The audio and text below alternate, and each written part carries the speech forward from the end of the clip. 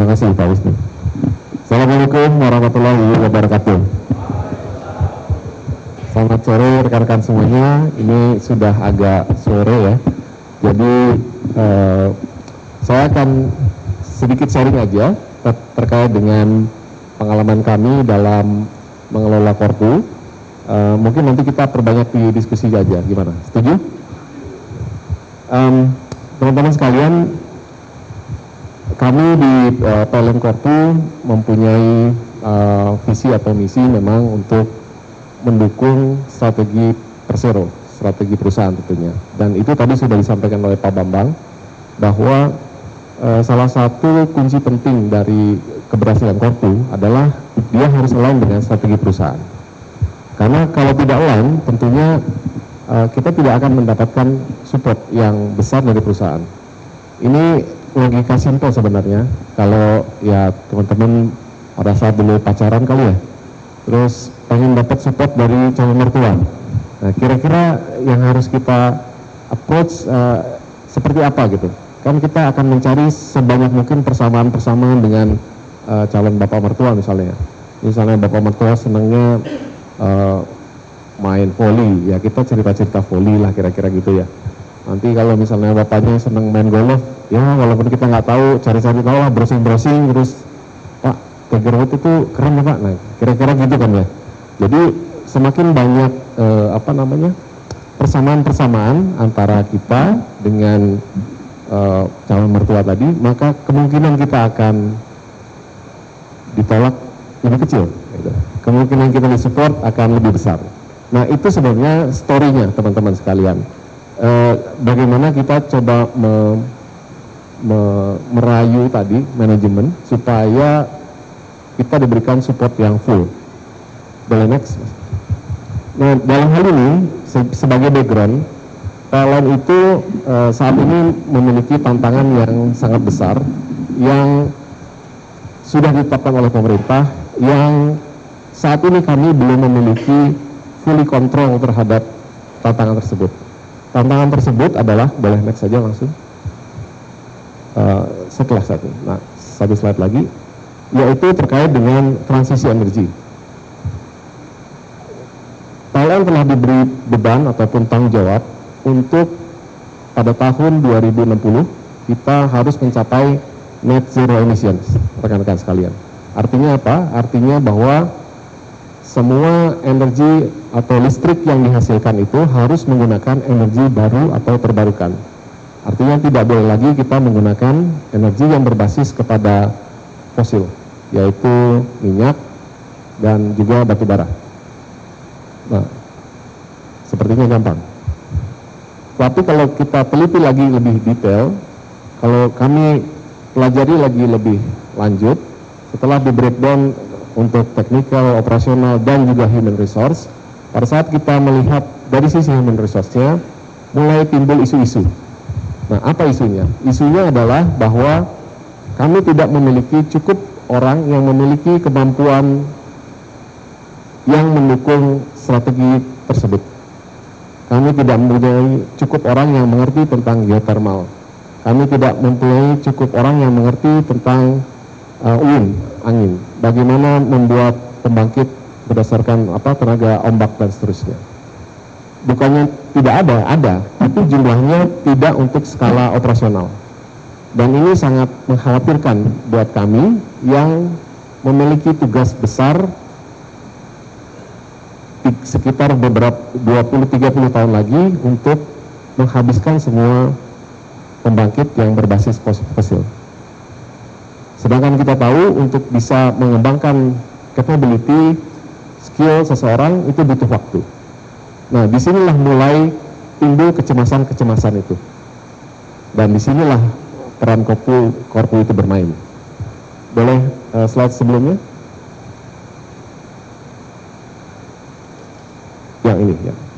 Nah, jadi teman-teman sekalian, PLN itu saat ini menghadapi ada 3 strategi besar. Yang pertama adalah bagaimana kita tetap fokus untuk mendeliver operational excellence.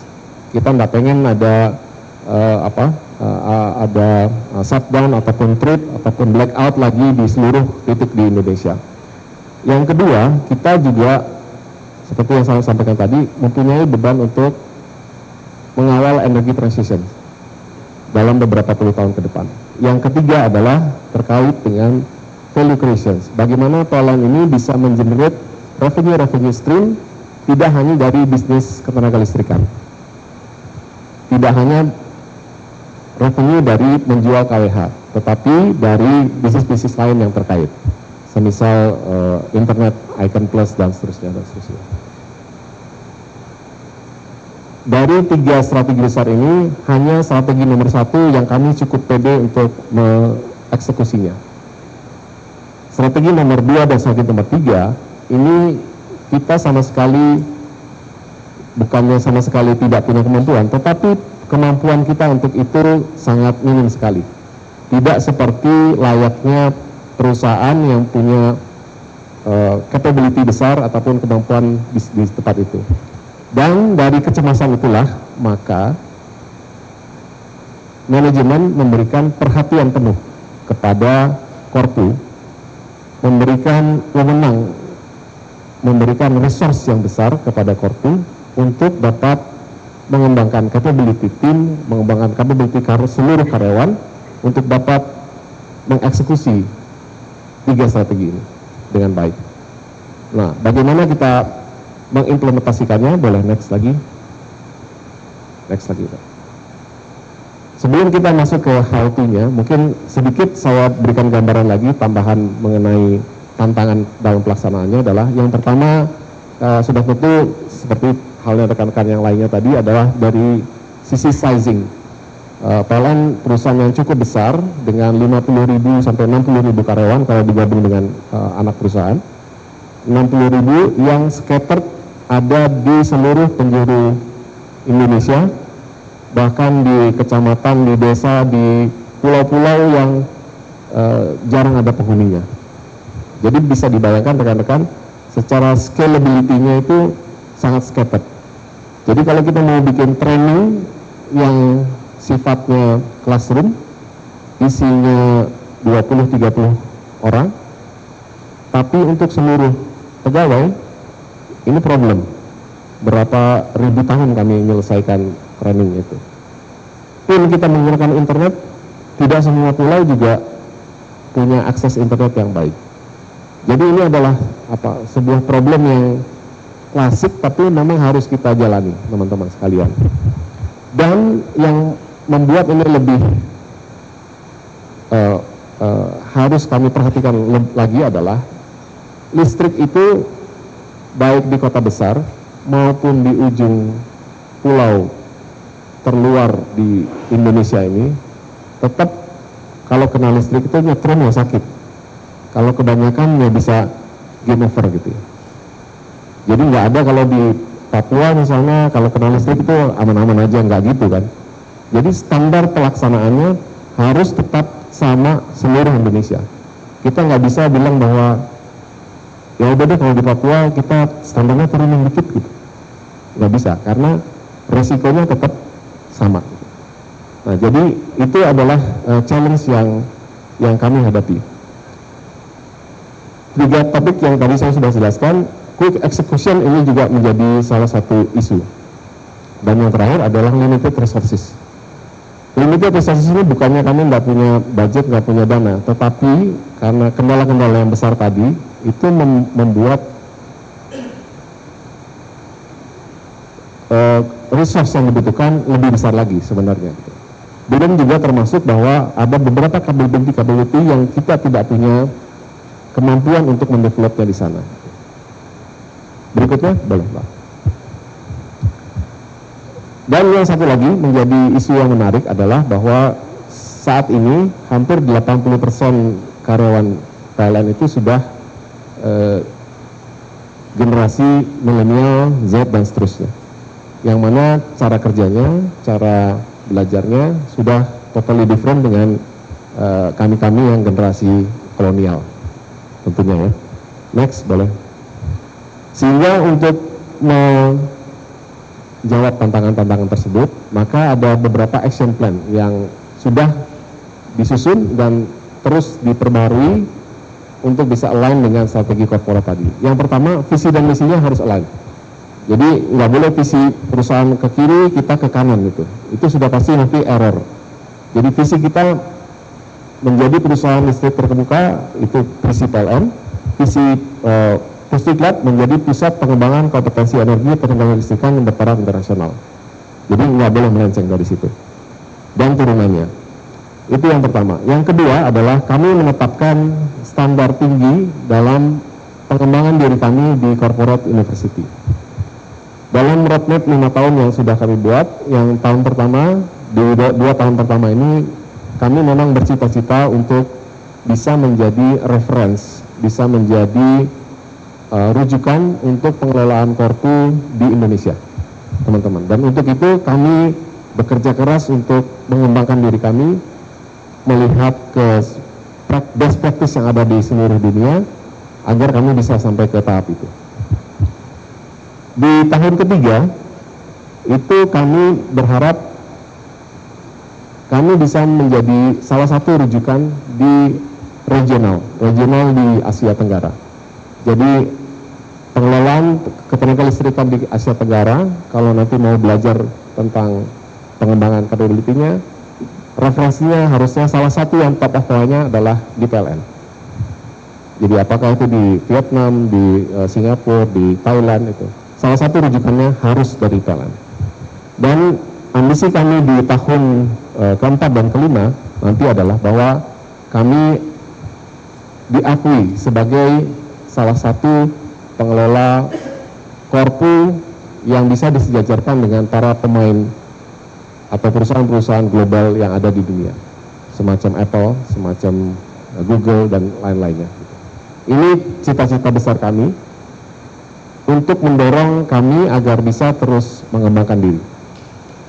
Jadi ini salah satu strategi kami yang kedua. Yang berikutnya, next. Dan untuk mengimplementasikan itu, saat ini kami terus berbenah untuk merestrukturisasi organisasi kami. Secara umum saat ini pembagian tugasnya adalah pembelajaran, kalau di kami itu ada pembelajaran teknik dan non-teknik gitu ya. Itu yang core-nya. Sisanya perencanaan, kemudian nanti ada keuangan dan kemitraan. Jadi kita buat line, simple, tapi mudah untuk dieksekusi. Dan untuk memastikan bahwa seluruh komponen di PLN itu, mulai dari manajemen tertinggi sampai dengan yang paling rendah itu ikut berpartisipasi dalam proses pembelajaran, maka kami membuat, dan ini juga sering disampaikan oleh Bu Ana, itu ibu guru kami ada di sebelah sana di belakang. Tepuk tangan buat Bu Ana. Tata kelola PLN Korpu itu dibuat untuk mengintegrasikan semua komponen di PLN, mulai dari BOD sampai dengan tim di bawah. Jadi ini seperti layaknya sebuah university, yang mana rektornya adalah CEO kami, vice rektornya adalah direktur legal, dan kemudian dekan-dekannya adalah seluruh direksi terkait. Jadi pembelajaran itu bukan tanggung jawab kita semua, tanggung jawab para BOD, para pemimpin-pemimpin pemilik bisnis proses. Jadi nggak bisa mereka bilang bahwa kami nggak pernah dilatih training ini sih gitu. Loh, kan Anda pemilik bisnis prosesnya, silakan aja minta ke kami. Kami akan bantu fasilitasi. Kira-kira begitu ya. Ini Pak. Jadi mereka nggak bisa ngeblame karena pembelajaran itu adalah tanggung jawab mereka, tanggung jawab manajemen, tanggung jawab direksi juga. Ini secara umum desainnya. Next.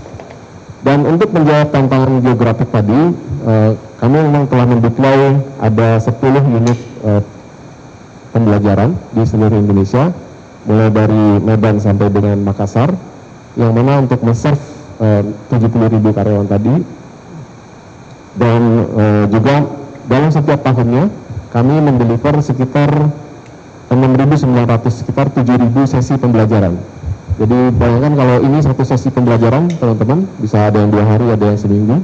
Nah, kami punya jadwal 7.000 sesi pembelajaran seperti ini dalam skala yang berbeda-beda tentunya ya. Next, boleh. Berikutnya adalah tentang strategi pengembangan metode pembelajaran. Nah, ini menjadi penting karena setelah kami pelajari sebelum pandemi dan sesudah pandemi, ini ada perubahan cara belajar. Sebelum pandemi dan setelah pandemi ada perubahan paradigma kita dalam bersosialisasi dan seterusnya, dalam cara kita berkomunikasi dan seterusnya. Sehingga kita perlu menempuh cara-cara yang lebih up to date dalam kita mengeksekusi pembelajaran. Ada beberapa pembelajaran-pembelajaran yang memang sengaja kami tonjolkan, dikampanyekan dengan sedemikian rupa untuk menarik minat-minat pembelajar. Nah, salah satunya adalah yang paling menyenangkan tentunya yang paling pojok kanan, yaitu benchmarking. Pembelajaran dengan cara visit, dengan cara datang langsung ke tempat yang akan kita pelajari.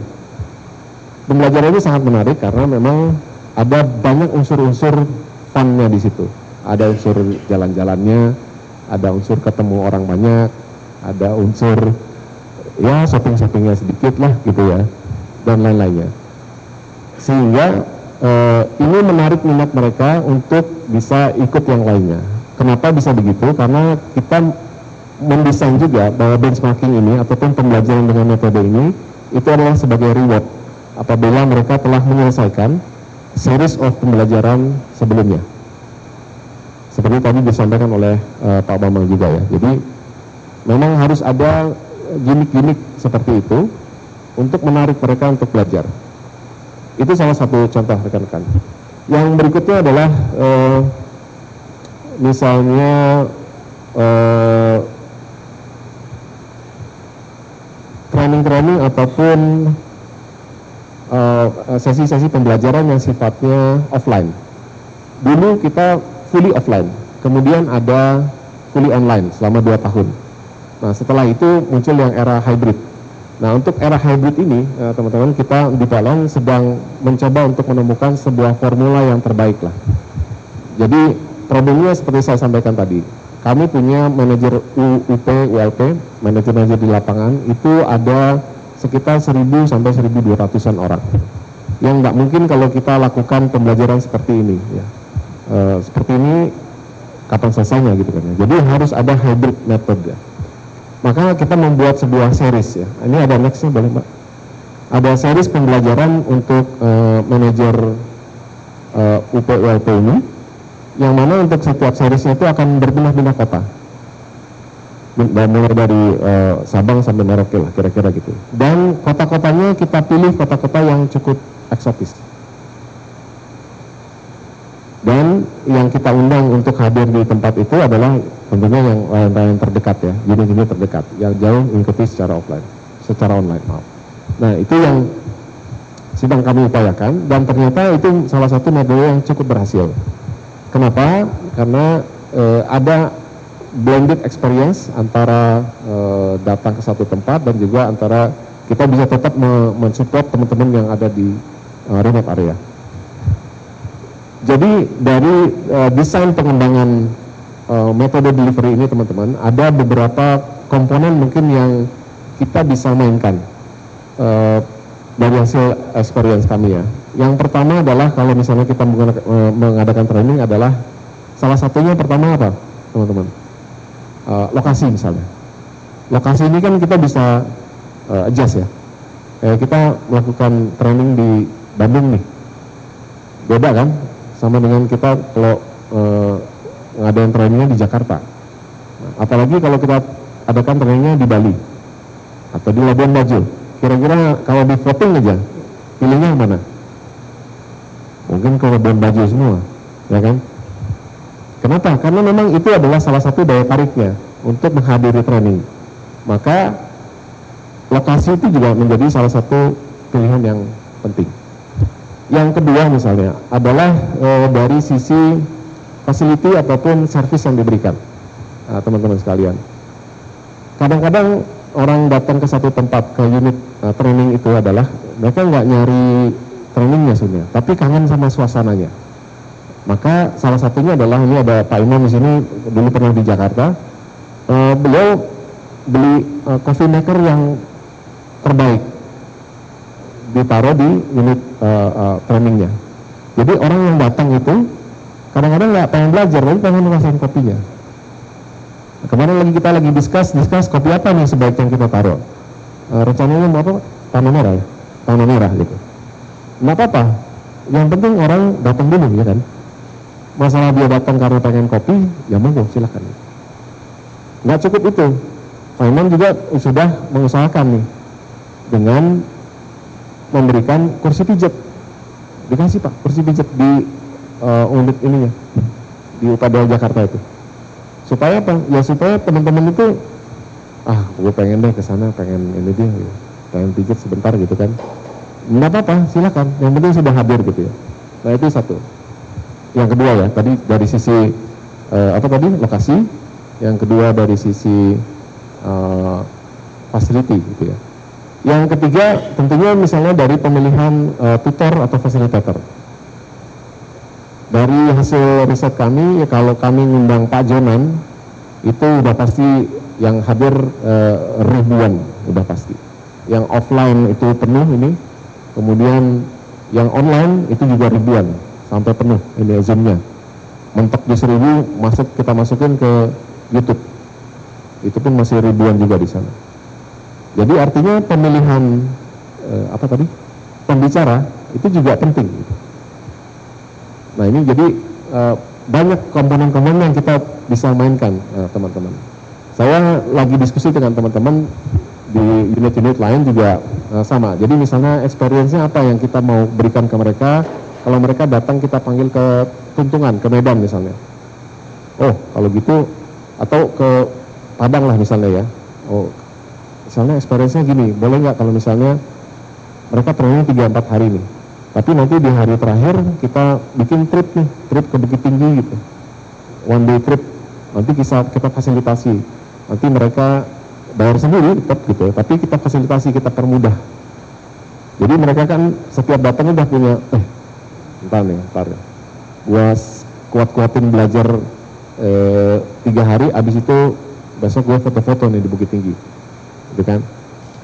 Abis itu apa? Abis itu permudah membawa oleh-oleh. Bawa oleh-oleh itu jangan nanti dia harus keliling-keliling dulu. Mungkin tinggal ngomong aja sama admin kelasnya.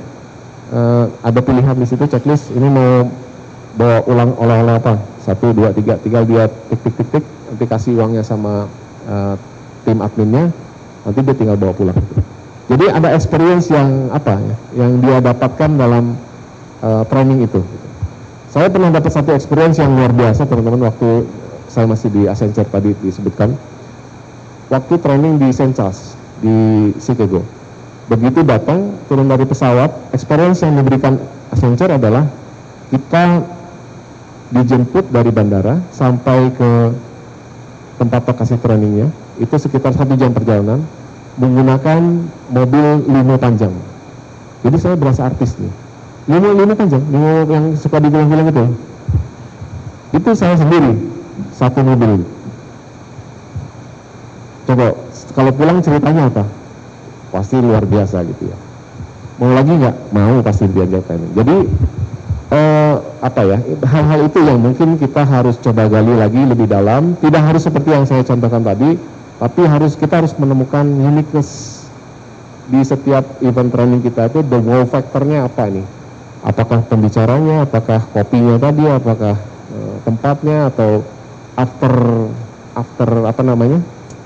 after training event.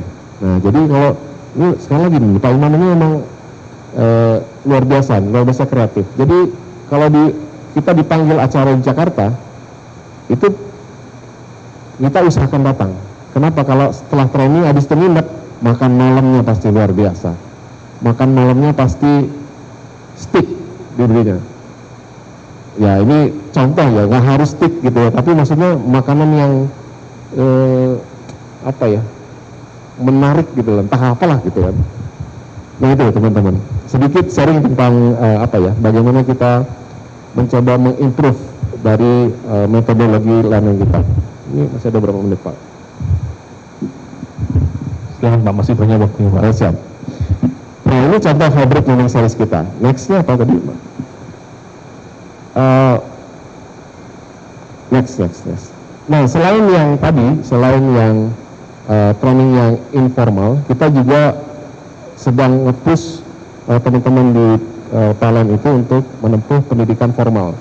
Kenapa pendidikan formal ini penting buat kami terutama ya? Karena setelah kita hitung-hitung di PLN itu baru ada sekitar 2% dari total populasi. Baru ada sekitar hampir 2.000-an lah orang PLN yang strata 2, teman-teman, dari 50.000. Lah kira-kira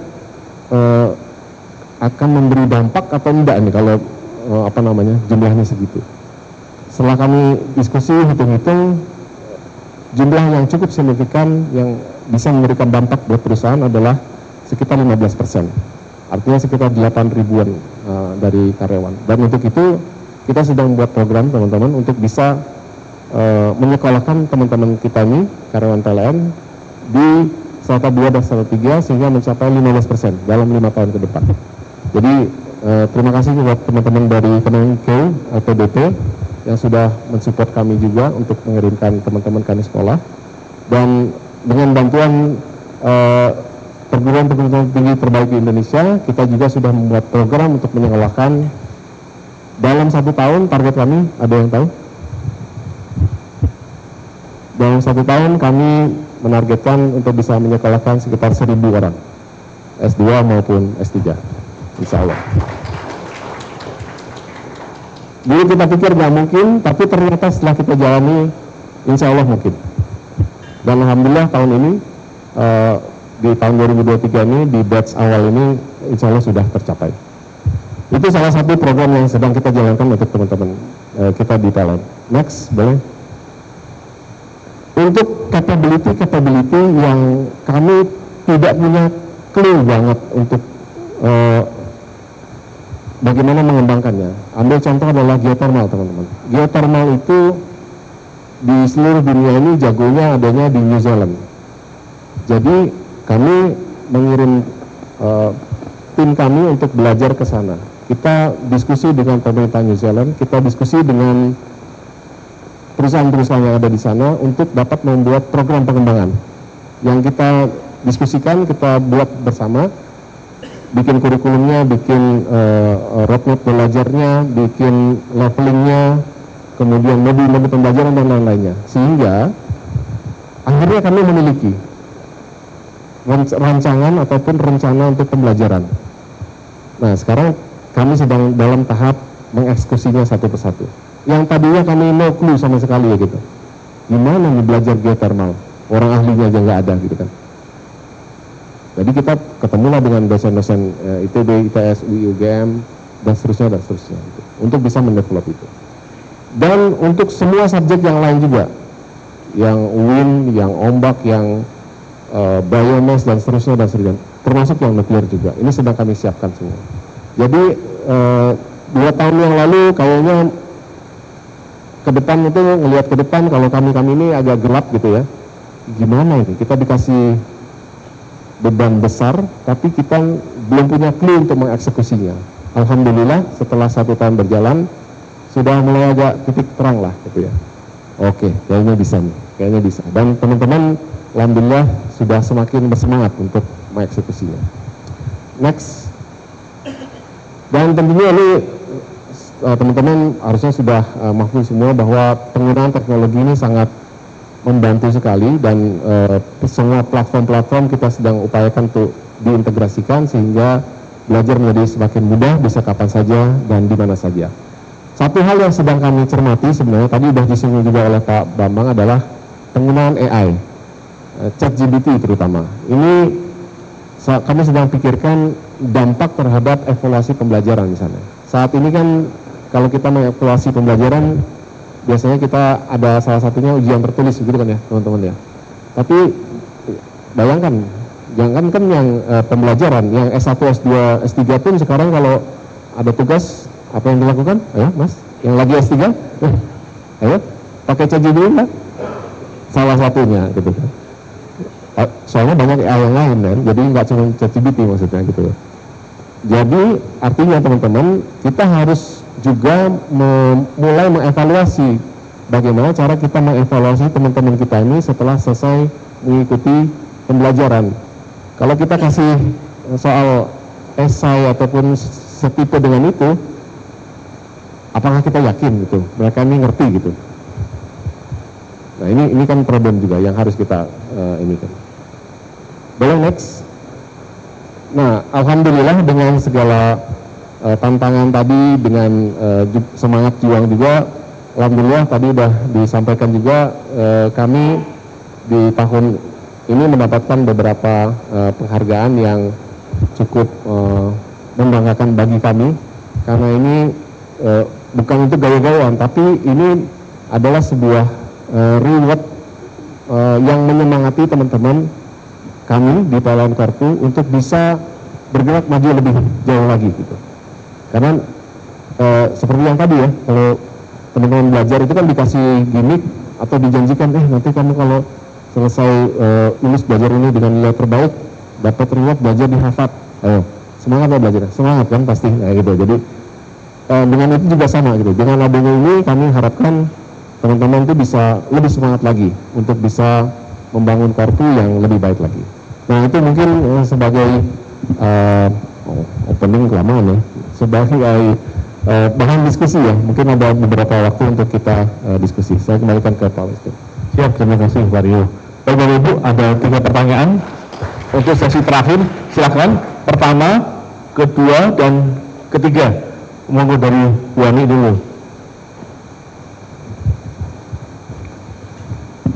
Saya nggak berbunga-bunga, baru sudah isinya dari daging semua tadi. Siap, baik. Assalamualaikum warahmatullahi wabarakatuh. Terima kasih Pak Rio, paparannya begitu spektakuler. Saya Ani dari BPSDM dan Pemprov DKI Jakarta. Mungkin saya lebih ke arah teknis ya Pak ya, karena mungkin teman-teman di sini banyak sekali pertanyaan terkait dengan strategi udah beres ya. Kalau ini lebih ke arah teknis implementasinya, karena learning value chain itu penting banget nih dalam pembentukan implementasinya Korpu. Saya lebih menekankan ke analisis dan terakhir evaluation-nya. Terkait dengan AKPK atau Training Need Analysis, pendekatan berbasis Korpu yang dilaksanakan di PLN Korpu itu seperti apa nih Pak? Karena kita sulit banget nih untuk membuka mindset para pimpinan untuk menyadari gitu loh, bahwa pengembangan kompetensi apa saja sih yang dibutuhkan untuk menjalankan tusi atau job desk-nya di masing-masing unit. Karena kan di Pemprov atau Pemda itu urusannya dari orang lahir sampai orang meninggal itu semua tuh sangat kompleks gitu loh Pak. Jadi kita tuh untuk merekap keseluruhan analisis kebutuhan pengembangan kompetensi itu begitu sulit Pak, honestly. Itu yang pertama. Yang kedua adalah evaluation ya. Bagaimana sih cara mengukur, siapa yang mengukur, alat ukurnya, dan bagaimana mengukur dampak dari pengembangan kompetensi ini ke peningkatan kinerja organisasi. Which is kita teorinya tuh kayaknya sering banget dengar level 1 sampai bahkan level 5 roti itu bagaimana teknisnya itu. Jujur aja kita di Pemprov ini belum paham banget gitu, karena mungkin alat ukurnya belum ada gitu, dan kita belajar kemana-mana kayaknya belum ada satu pedoman yang ajak gitu untuk evaluasi dari pengembangan kompetensi ini. Jadi 2 hal itu sih yang kami harapkan bisa kita dapat insight dari PLN Korpu. Terima kasih Pak Rio. Terima kasih. Selanjutnya pertanyaan kedua Pak, yang Bapak berbaju putih.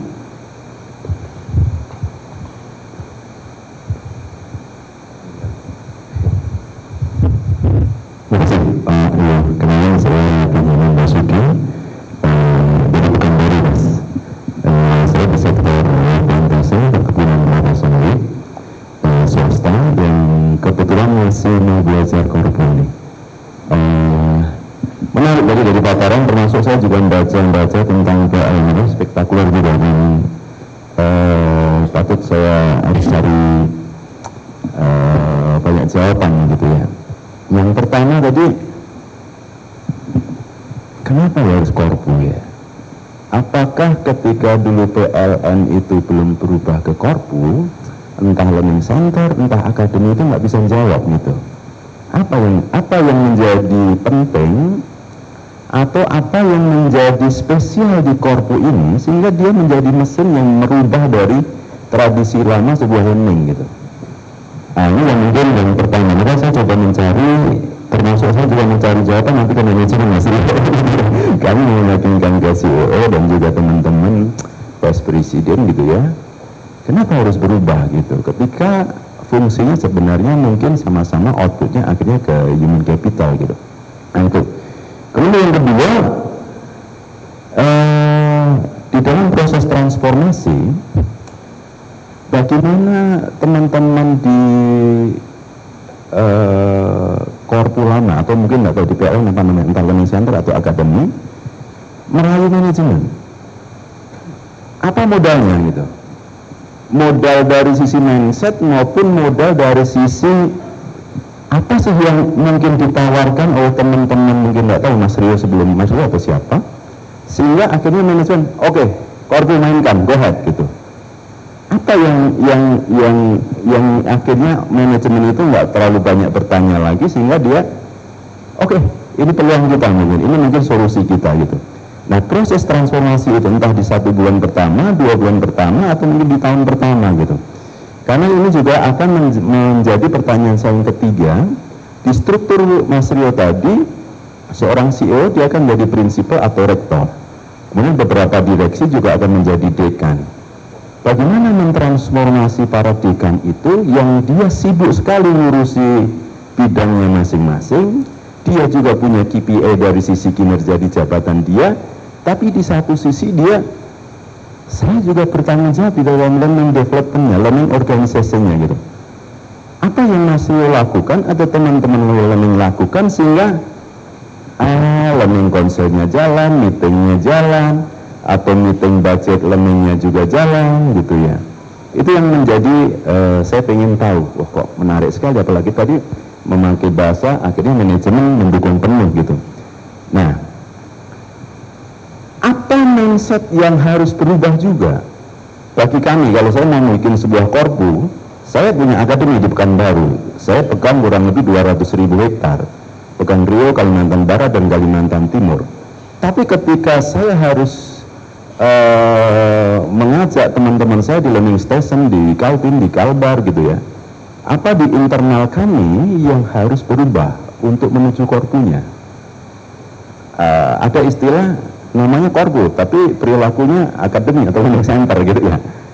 Atau lebih bagus sebenarnya namanya learning center atau akademi, tapi perilakunya korpo gitu. Nah, apa yang mindset yang paling dominan yang harus kami rubah? Karena jujur aja saya mencari jawaban ini dan mencari sebuah modal juga untuk mencoba mentransformasi ini, sehingga mungkin kami juga bicara ke atas juga ada, bicara ke bawah ke dalam tim itu juga punya untuk menjadi sebuah ya saya punya roadmap sebenarnya 2025 tapi kalau misalnya nanti saya bisa benchmark mungkin bisa ke situ. Terus Mas Rio, angka apa yang berubah? Angka apa yang berubah di PLN setelah korpo diaktifasi?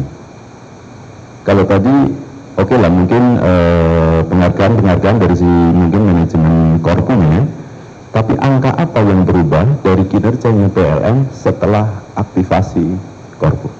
Terima kasih Pak. Terima kasih. Selanjutnya pertanyaan ketiga yang terakhir dari siapa Pak? Terakhir Pak. Baik, bismillahirrahmanirrahim. Saya Asri Jal Pak dari BPSD Plus Riau. Terima kasih Pak Rio, sangat menarik materinya. Ada yang menarik bagian ini Pemda ini Pak. Tadi menyesuaikan artinya link dengan visi misi pimpinan. Di Pemda ini 5 tahun sekali ganti Pak visi misinya. ini bagaimana strategi yang terbaik, Pak. Kenapa? Ya. Tahu, Pak? Jadi di Pemda ini jadi masalah, Pak. Ini kan kami proses pilkada bentar lagi. Tahun depan ganti. Dan bahkan hari ini adalah yang jadi ancaman bahwa bisa lihat bahwa di Pemda hari ini, apalagi jabatan kepala badan, kepala dinas, kepala biro itu di ujung tanduk, Pak, kadang-kadang. Ini kondisi kita di Pemda, Pak. Jadi bagaimana strateginya, Pak, yang kita bisa lakukan meyakinkan pimpinan bahwasanya corporate university yang kita butuhkan ke depan. Yang kedua, saya menarik dengan sampaikan oleh rekan saya dari DKI tadi, Pak, bahwasanya urusan Pemda itu dari lahir sampai orang mati, Pak, sangat luas sekali, Pak. Jadi hampir semua aspek kita lihat hari ini perlu pengembangan kompetensi dari aparat sipil negara. Apalagi hari ini pemerintah mengungkapkan akan mengangkat P3K yang sangat besar, Pak. Contohnya di Riau saja hari ini, tahun depan akan diangkat 6.000 P3K. Yang dulunya notabene pengangkatan mereka nggak jelas, Pak. Tentunya perlu namanya pengembangan kompetensi. Bicara uang, pasti Pemda sanggup, Pak. Masih uang terbatas. Jadi strategi apa yang bisa kami lakukan, Pak, di Pemda ini? Jadi kami memang saat ini lagi merintis namanya Korpu. Artinya kami mencoba hari ini dari ruang lingkup kecil, Pak, dari BPSDM sendiri. Kami akan kembangkan ke bidang ke dinas-dinas yang berikutnya, sehingga nantinya secara bertahap bisa kita wujudkan. Jadi kami minta pandangan dari beliau, Pak Rio, untuk amal ini. Terima kasih. Terima kasih. Ada 3 pertanyaan, Pak Rio, dari DKI, kemudian dari Palembang, dari Sabut ya, Pak ya? Siap. Pekanbaru, maaf, Pekanbaru, kemudian dari Riau. Ini baik, terima kasih. Silakan Pak Rio langsung. Terima kasih. Ini yang dari Bu Ani dulu ya. Analisis dan evaluasi. Analisis kebutuhan ya, berarti kan? Analisis kebutuhan dan evaluasi. Jadi untuk analisis ini memang kita ada beberapa metodologi yang kita buat dan kita bangun, dan bekerja harus secara paralel semuanya karena mereka semua saling melengkapi. Jadi ada cara menentukan kebutuhannya dengan menanyakan ke setiap individu.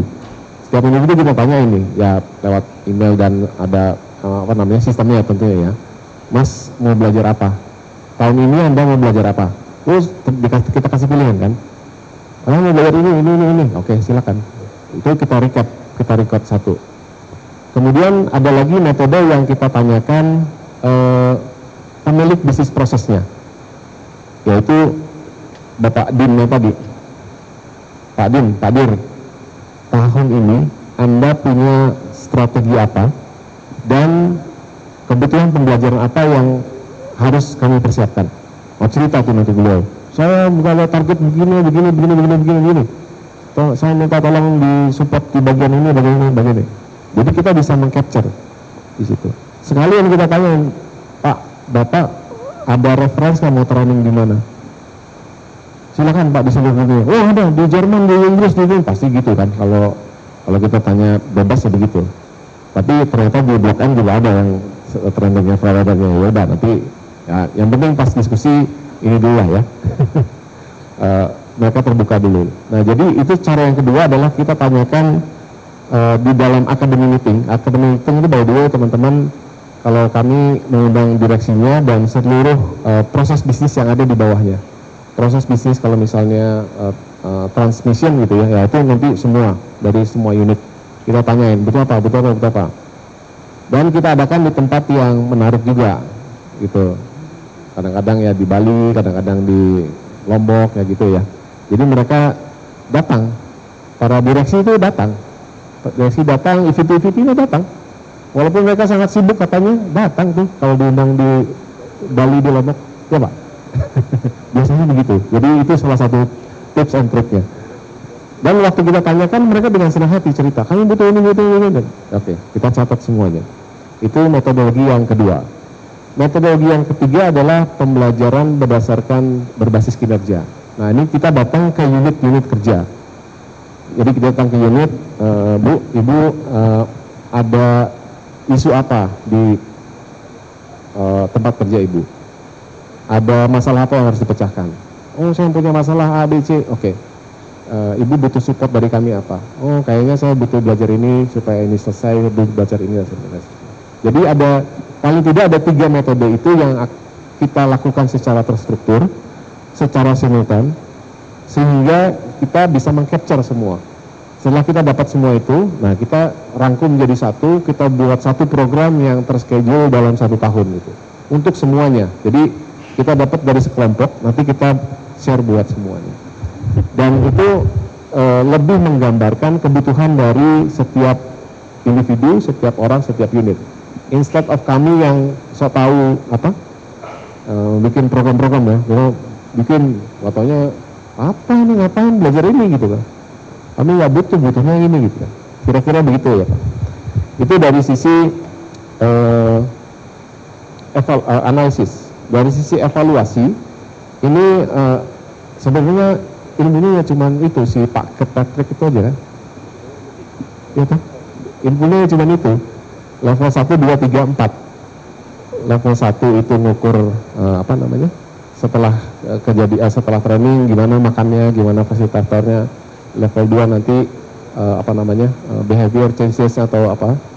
Kemudian nanti lebih ke atas, lebih resultnya, kemudian lebih ke atas lagi kita hitung apa namanya? Benefit terhadap investasi yang dilakukan dan seterusnya.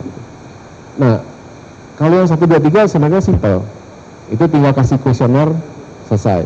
Yang pertama kasih kuesioner ke peserta tentang pelaksanaan, yang kedua dikasih kuesioner ke peserta dan atasannya, gitu kan. Gimana dia berubah nggak setelah pelaksanaan training gitu kan. Nah, yang sulit itu yang ketiga dan keempat, apalagi yang roti gitu. Nah, yang roti ini kami menemukan isu kemarin pada saat pelaksanaan, yaitu begini, roti itu kan prinsipnya apa? Supaya benefitnya gede, berarti kan apa? Benefit dibagi, apa namanya? Keuntungan dibagi modal kan gitu. Nah, jadi yang terjadi adalah ini triknya teman-teman kami juga ini. Jadi modal investasinya dicari yang sekecil-kecilnya. Jadi dengan benefit atau hasil training yang sedikit aja, kelihatannya 1000% gitu. Kelihatannya gede gitu ya. Pada saat kami evaluasi, kita tanya, ini training segini besar ini total pembelajarannya berapa? PLN itu ya, 1 miliar Pak. Hah? 1 miliar? PLN? Artinya setiap training itu cuma dapat 10 juta, 20 juta gitu. Dapat apa training segitu gitu. Tapi kalau dihitung roti, gede-gede semua, lulus semua itu, bagus-bagus semua nilainya. Tapi impactnya di atas kertas gede. Impact sesungguhnya enggak. Akhirnya kami rubah metodologinya. Kita nggak mau jadi orang pelit ya. Jadi pokoknya satu training kan kalau datangkan pembicara yang bagus aja bisa 100 juta, 200 juta gitu kan misalnya ya.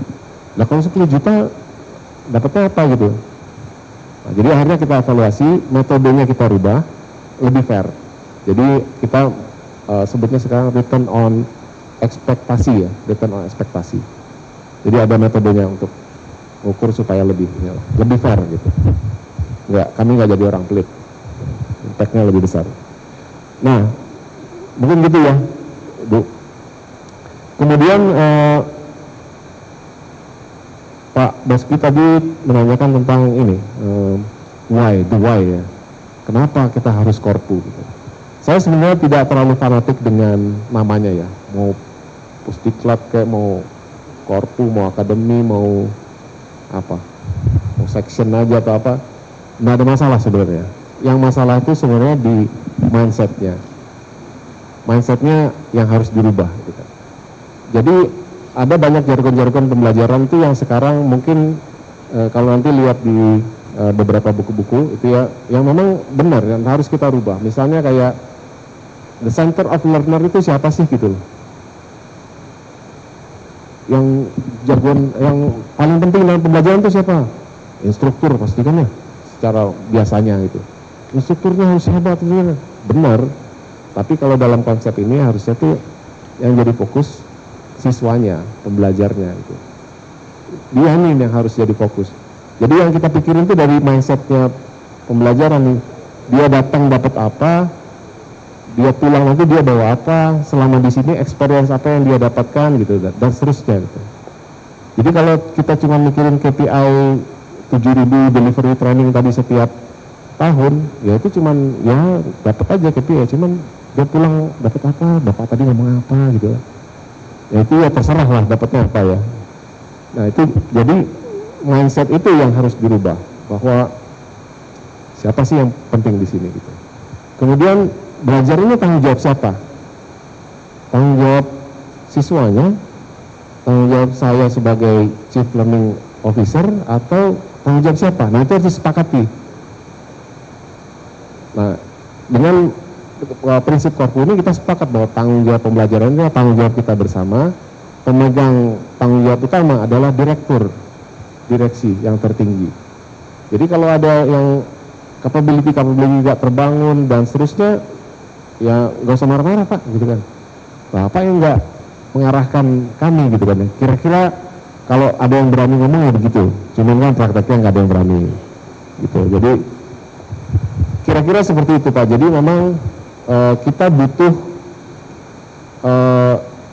seorang leader yang bisa seirama dengan sepemikiran dengan kita ya. Jadi kalau memang kebetulan direksinya beda mazhab Pak, ya memang banyak-banyak berdoa lah Pak ya. Taban tawakal, semoga nanti ada leader yang lebih sepemikiran gitu ya. Karena memang sulit Pak, terus terang. Di awal-awal PLN ini membentuk ini, datanya juga panjang. Untuk kami bisa menggolkan yang tata kelola organisasi tadi, yang ada tata rektornya segala macam itu challenge-nya panjang Pak. Ngapain saya harus ini? Kenapa kerjaan saya udah banyak? Ngapain saya tambahin ini? Dan seterusnya. Itu ya Bapak harus siap-siap ini Pak, menghadapi Tabanan Tawakal untuk itu. Tapi ya memang kita harus benar-benar bisa menjelaskan konsepnya dengan tepat ke dia, karena kalau nggak bisa dibayin Pak. Nah mungkin salah satu caranya adalah ya undang aja nanti sharing session teman-teman yang sudah berhasil mengimplementasikan, yang sudah sukses gitu kan ya, supaya lebih terbuka aja. Ini kan kita cerita nih, di kami enak belajar mah gampang gitu, dan seterusnya gitu. Jadi salah satunya itu sih Pak. Jadi kalau untuk merubah mindset direksi ataupun pemimpin itu ya agak PR, beda cerita ini ya. Tapi yang harus kita lakukan adalah kita harus paham konsep kita ini seperti apa, dan itu yang kita harus terus jual ke beliau gitu Pak.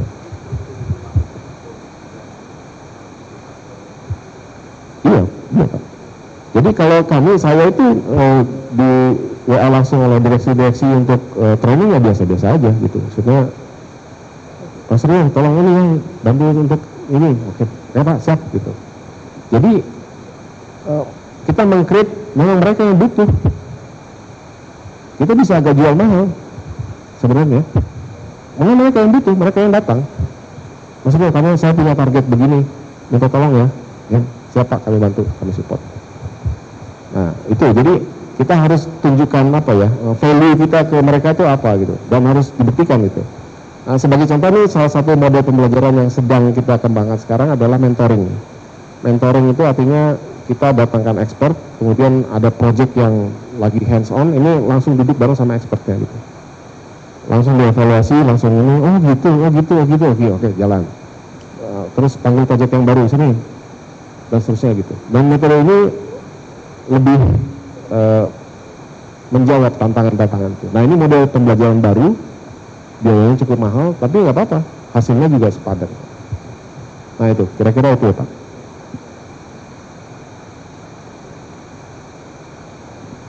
Yang terakhir bagi Pak Asrija, bagaimana mengelingkan visi misi pimpinan yang berganti-ganti terus Pak. Nah ini ya kita pilih terus Pak, beliau supaya nggak ganti-ganti, gimana Pak? Setuju? Nah jadi Kami juga sama Pak. Pimpinan ini kan berganti-ganti gitu. Nah, yang kami sedang persiapkan di kami adalah mekanisme atau sistem internal kami untuk merespon itu. Salah satunya adalah kita membuat strategi-strategi atau model-model pembelajaran, model struktur pembelajarannya, bukan kontennya, karena kontennya itu bisa dirubah dengan cepat sesuai dengan arahan. Yang berubah kan harusnya kontennya doang kan ya Pak ya, kontennya. Jadi besok strategi kita misalnya finance, besoknya marketing, besoknya operation gitu kan bisa begitu. Nah, yang kita siapkan adalah struktur ataupun mekanisme pembelajarannya. Jadi apapun kontennya nggak ada masalah gitu. Begitu kontennya dengan besok minggu depan kita belajar finance gitu, nggak ada masalah. Jadi model pembelajarannya kita udah tahu. Nanti level 1 belajarnya begini, level 2 begini, level 3 dengan instruktur tadi, level 4 begini dan seterusnya. Jadi tidak ada masalah dengan itunya Pak. Jadi kita perkuat mekanisme internal kita dalam mengelola EDDI tadi, mengidentifikasikan, mendesain, mendevelop, dan mengevaluasi itu tadi Pak. Kita expertnya itu di situ gitu. Kontennya selalu berubah Pak, kami juga sama. Kami ini di setahun terakhir ini aja, mungkin subjek pembelajaran yang harus di-develop itu mungkin kalau cuma 20 aja lebih Pak. 20 itu dengan subjek yang totally blank ya Pak, maksudnya totally kita start from zero lah gitu. Ya kita terima challenge-nya gitu, karena kita udah tahu mekanisme atau metodologinya gitu. Kemudian tadi urusan dari lahir sampai mati banyak subjeknya, ini juga sama Pak. Kalau kami itu mengklaster semua akademi kami itu menjadi 17. Jadi semua kami punya 17 akademi. Ada finance, operation, transmisi, distribusi dan seterusnya. Kalau ada subjek-subjek kecil nanti dia dikategorikan ke dalam situ semua. Dan untuk ke-17 akademi tadi kami ada hostnya masing-masing unit pelaksana tadi Pak. UPDL tadi ada yang menjadi satu akademi, menghost satu akademi atau 2 akademi. Jadi masing-masing punya tanggung jawab untuk mengelola akademi tersebut. Jadi meskipun banyak, saya yakin pasti bisa di clustering. Nah, nanti kalau udah clusteringnya benar, itu nanti proses bisnisnya more or less 80% itu sama, ya beda-beda dikit di ujung lah, gitu kan. Nah, itu nanti yang kita kelola gitu.